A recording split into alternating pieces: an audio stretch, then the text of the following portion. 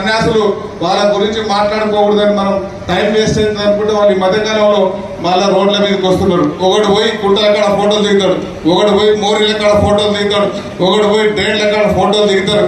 వాళ్ళకి అర్థం కావాల్సింది ఏంటంటే వాళ్ళ కర్రు కాల్చి వాత పెట్టి ఇంటికి పంపించిన ఆల్రెడీ. వాడు వస్తే పొడిసేది లేదు, ఏం చేసేది లేదు. అక్కడికి వెళ్ళి పూలు జరుగుతున్నారు సిగ్గు శరం లేకుండా.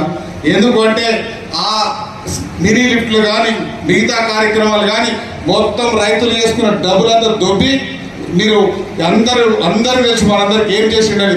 లాస్ట్కి ఒకసారి మళ్ళా కానీ ఈ టైం కానీ గెలిపిస్తే మన ఇంటి ముందున్న వాకిలు కూడా కబ్జా చేస్తుండే, అందుకే ఇంటికి పంపించినాం. అట్లాంటి వాడు మళ్ళీ ఇప్పుడు ఊళ్ళ మీద వాడు తిరుగుతున్నారు.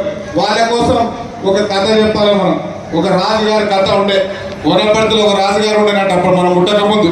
సో వాళ్ళ ఇంట్లో ఒక కుక్క ఉండేనట. ఆ కుక్క చచ్చిపోయిందంట అనుకోకుండా, ఆరోగ్యం బాగాలేక. మన వాళ్ళందరూ ఇక్కడ ఉన్న వేదిక మీద ఉన్న పెద్ద మనుషులు, మీరు ఇక్కడ ఉన్న మా పత్రికా విలేకరులు అందరూ అక్కడ ఆ కుక్కను చూసి పోలేవాళ్ళు.